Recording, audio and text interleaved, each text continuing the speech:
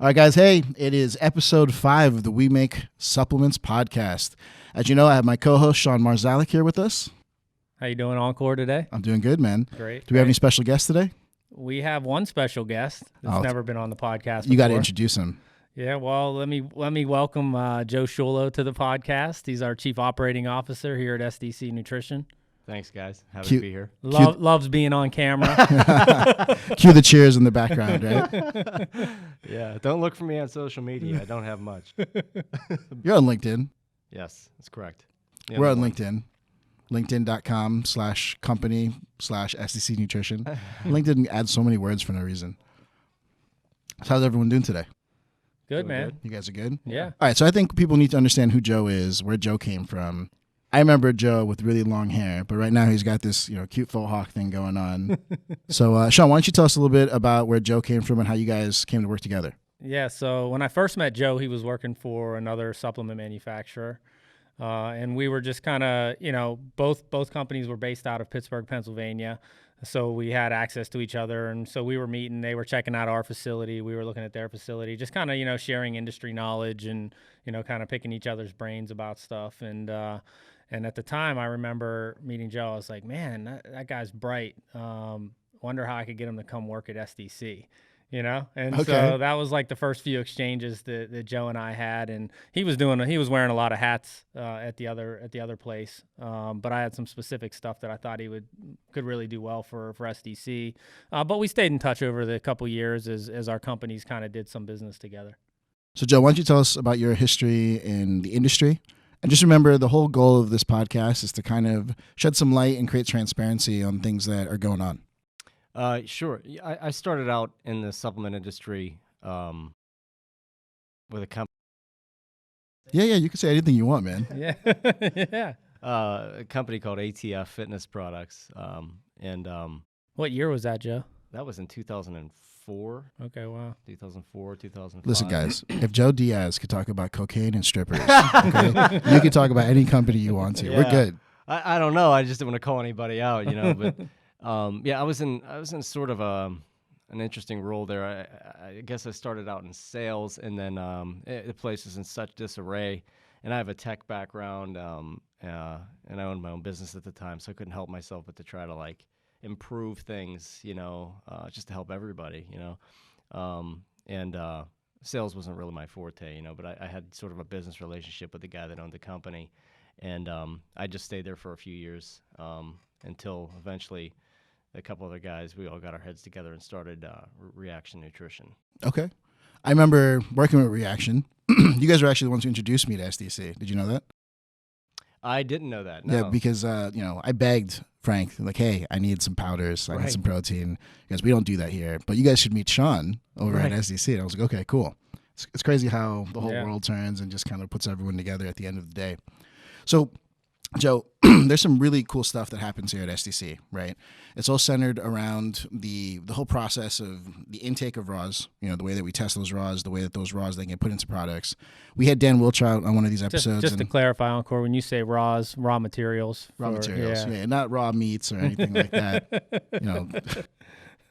But some in the microwave, I'm sure. But the way that we build a product, Dan kind of gave us some insight on some things that happen with formulation.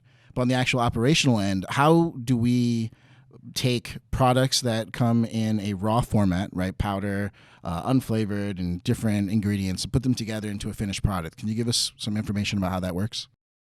Sure. So typically, we work with a lot of different customers. They'll either provide a formula, but most of the time we're sort of using our data and our experience to develop something for them that works. Wait, hold up. Let's talk about something real fun. What are user issues down the road? Well, you never know if somebody's not storing something in the right, the way it should be stored. So you mean when pre-workout gets shipped overseas and comes out concrete hard? Exactly like that. Okay. That is exactly what I'm talking What other stuff goes wrong with products and storage? Moisture. It can get kind of slimy. Uh-oh. No one wants slimy protein. That's just disgusting. Things, just general things like that. Or if somebody has an ingredient they think that the end user wants and they put way too much, of something like that in, because they think that, most people are going to want something like that. But you're saying that normal people can't handle a full scoop of pump ingredients in their pre-workout? Okay. Things like that. You should have heard Dan giving us the niacin story, where this man took multiple grams of niacin. Oh, did Dan tell you his own personal the infamous experience? story is there. So how do you take your experience to fight those common issues? You know what? I'm not really in sales, so fortunately, I don't have to do much of that. That's more of a Dan Wiltrout, Sean Marszalek type of defense. But for us, we just worry about making the product to spec. So my biggest concern is taking a look at the product's formula, its bill of materials, and sort of trying to use experience to predict if whether a mistake was made or not. If did they really want this lid? Did they really want this bottle? Did they really want this type of ingredient, the branded ingredient? Wait, so you're telling me that customers don't read the spec sheet before they sign it sometimes? I'm not saying that. I just like to be, Okay, I'm going to go ahead and say that. There's times where customers are not reading the spec sheet. I've done it myself, right? I just sign off on this thing, like, get this thing out the door. I need it, right? But, sometimes they don't even realize that it's the wrong lid color. Yeah. It'd suck, right? If you went to production and all of a sudden you have these white lids on a black bottle and you're like, how did this happen? Yeah. It's like, well, it happened because you signed the sheet. It happens more often than we'd like, and then it becomes like the customer's always right, of course, we know that, and we want to respect that. So it's kind of our job to protect them from, everybody in this industry. It's a fast and hard industry. It's very easy to get a product to market quickly. So a lot of times the details are not as taken as seriously as they should be, or they're overlooked. We try to get spec sheets out for proofing and review to protect everybody involved, but mistakes do happen. Things are overlooked. So we just try to never take anything, as gospel, so to speak. We try to just sanity check things every step of the way to make sure we can triple, quadruple check to save us all from rework, or a customer being unhappy. So, Sean, I know we speak about this all the time, right? I've been around to pretty much all the different manufacturers around the country, and I know that there's certain things that make SDC really special. And one of the things that always impressed me is, I'd walk into a facility and I'd be like, I don't even know how these guys know what they're measuring to put into my product, or whether it's the right ingredient or not. And, I saw that you guys have a system of these QR codes where you're scanning everything in, out. Yeah, who created that system?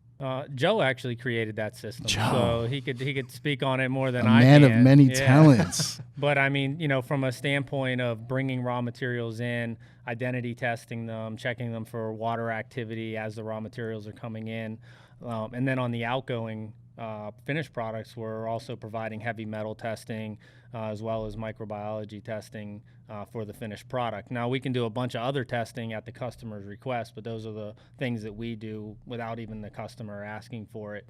But being able to make sure when that raw material comes in, to first identify that raw material and then make sure there's no water activity going on with that raw material is the first step. But then after that, between there and blending and bottling, there's a lot of times where that material is handled by employees, and whether it's quality technicians or warehouse workers. And so Joe's been able to develop a system with his IT background that can trace that raw material everywhere it goes in our facility. And then also that technology allows him to be able to see, or the technician to see, when they're picking ingredients for a blend, that if that doesn't meet up, that raw material doesn't match up with the batch record, then the system won't allow them to pick that raw material. So, I'll let him talk a little bit more about his thought process on why he put that in place.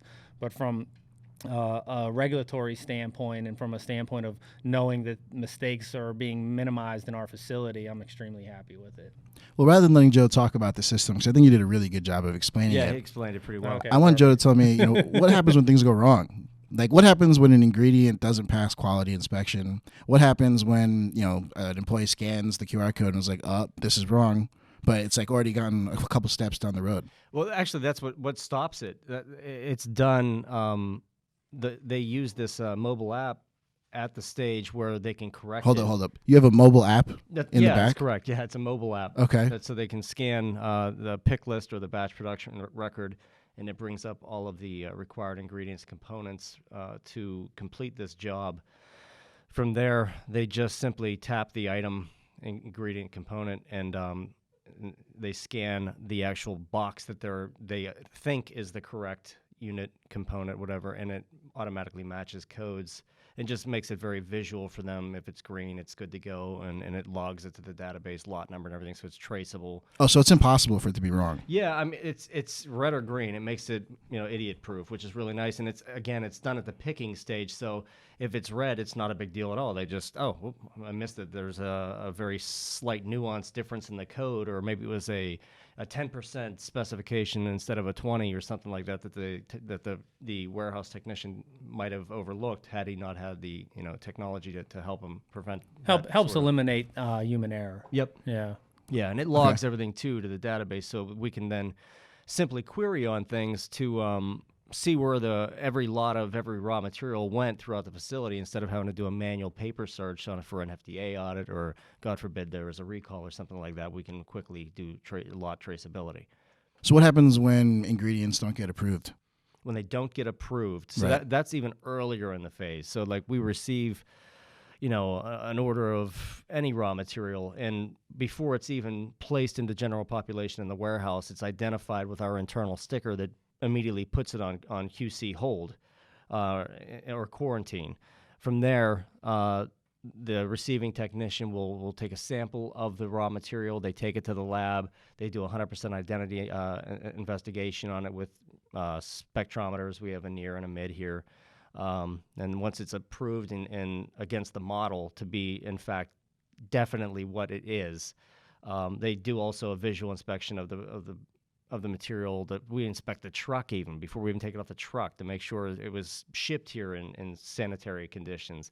And once all of those things are matched and it's guaranteed to be what it is, we can then mark it as approved, re-sticker it so it is approved, and bring it into the general population on the warehouse and put it into its home bin location.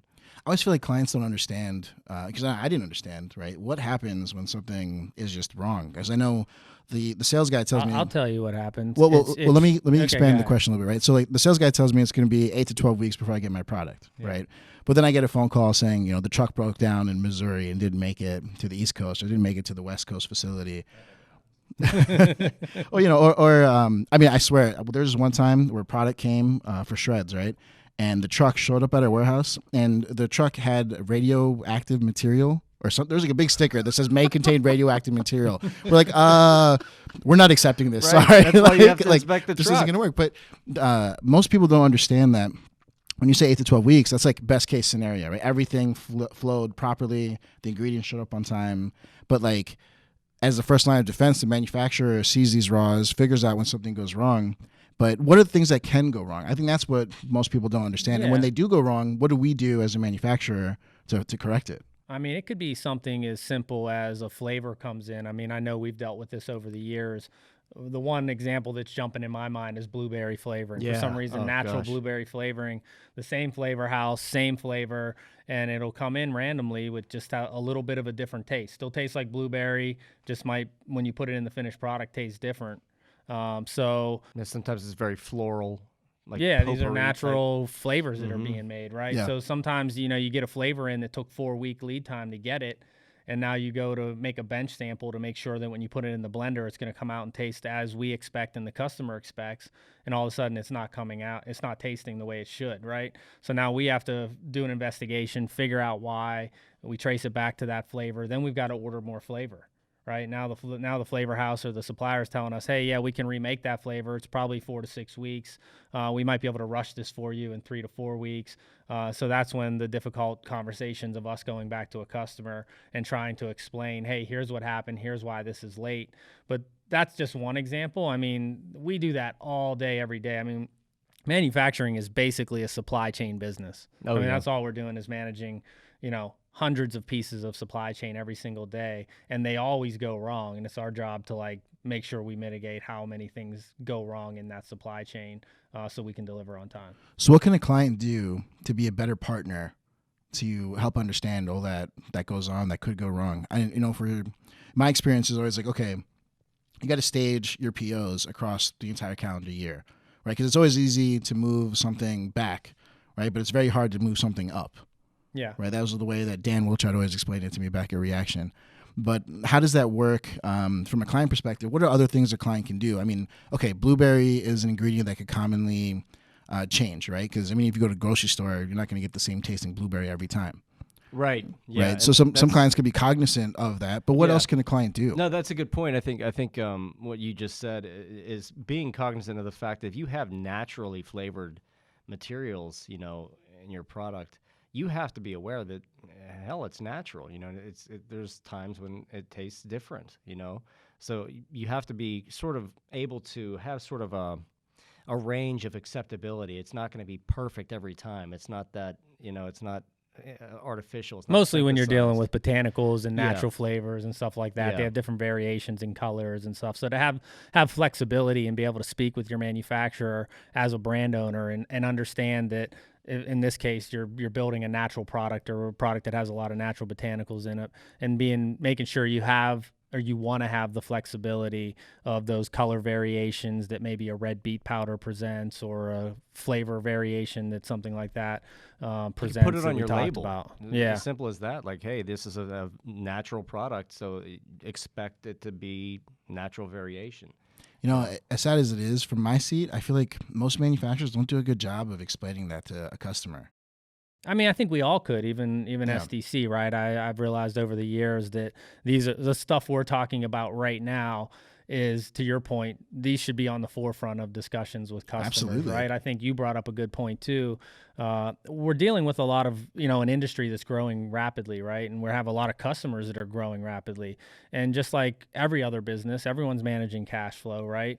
And so as people want to do just-in-time inventory, the other thing that I think would be really helpful for manufacturers like us and our customers to continuously talk about is their inventory needs, because everyone wants to be like, hey, this was due on the 2nd of March. I ran out of inventory on March 1st, and we have our own brands, right? And there's times where we don't time something that sells a lot better than it should have and it runs out. Internally, we still have to run the same process of sourcing raw materials, getting it into the production schedule. It's not as like, well, this is our brand, let's just make it tomorrow. There's still that whole process that needs to happen.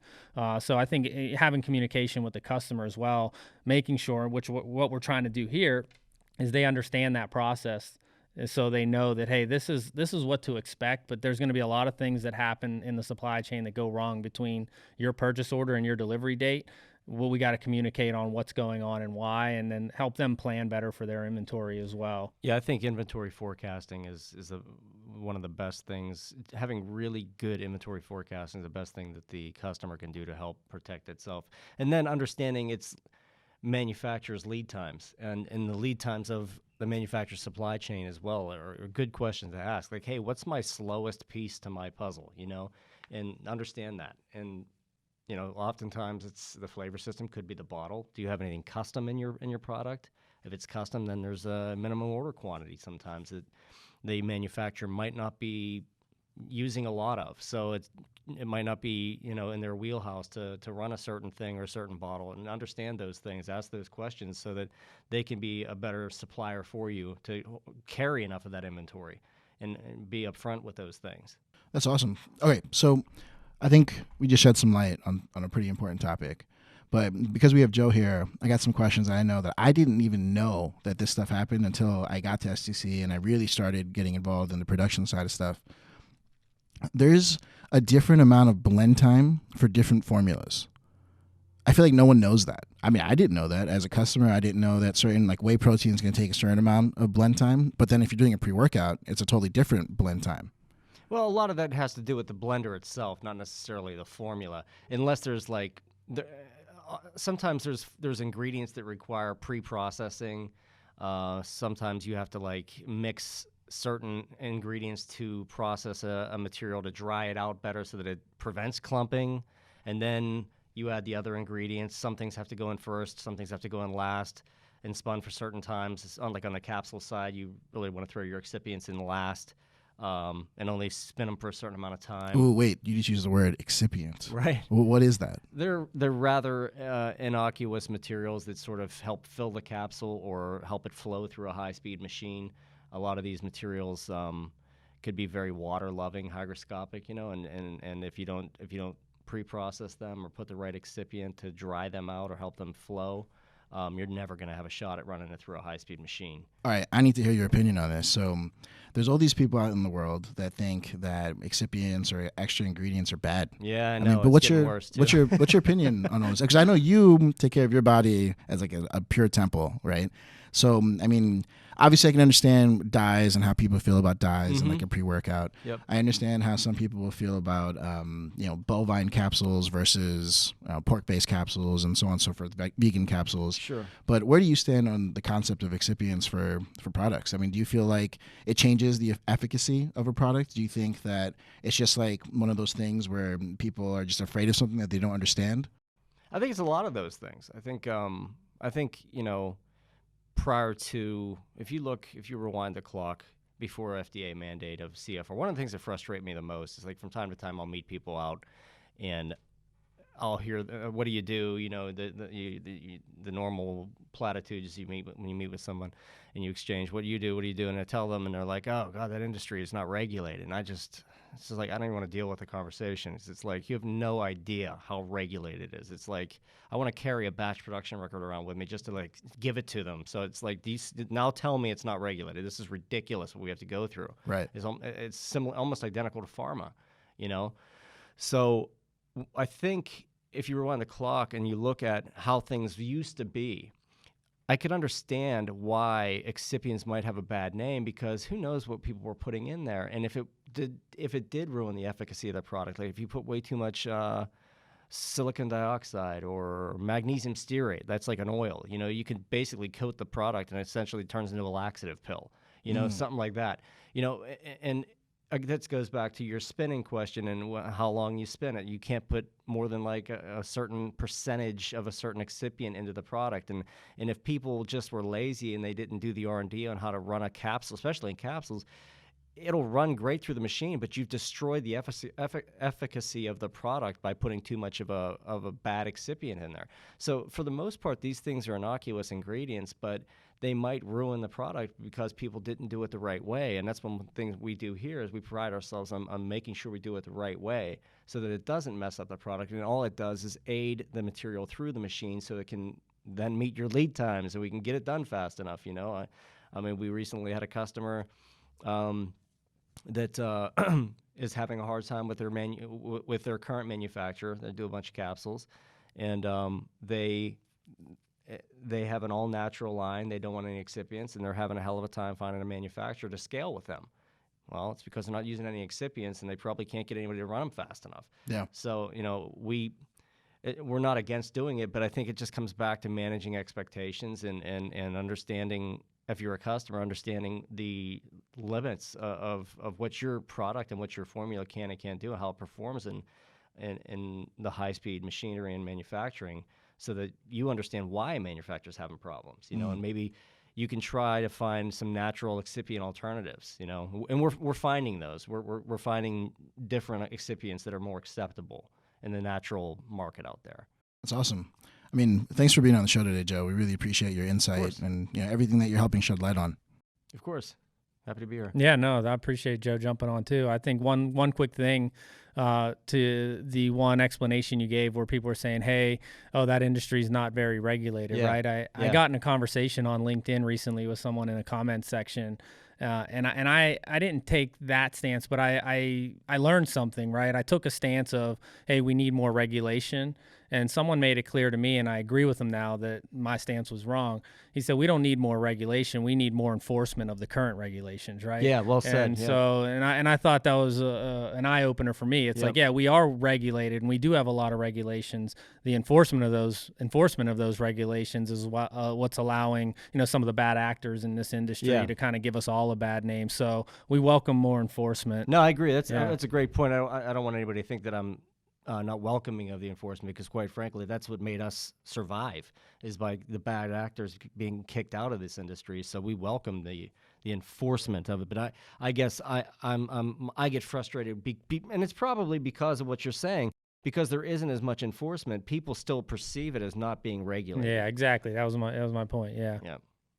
All right, guys. Well, that's our episode for today. So I'm glad that we got a chance to talk about all these topics. Cool. All right, guys. Thanks, we'll catch you guys next week. Thank you. All right. Take care. Bye.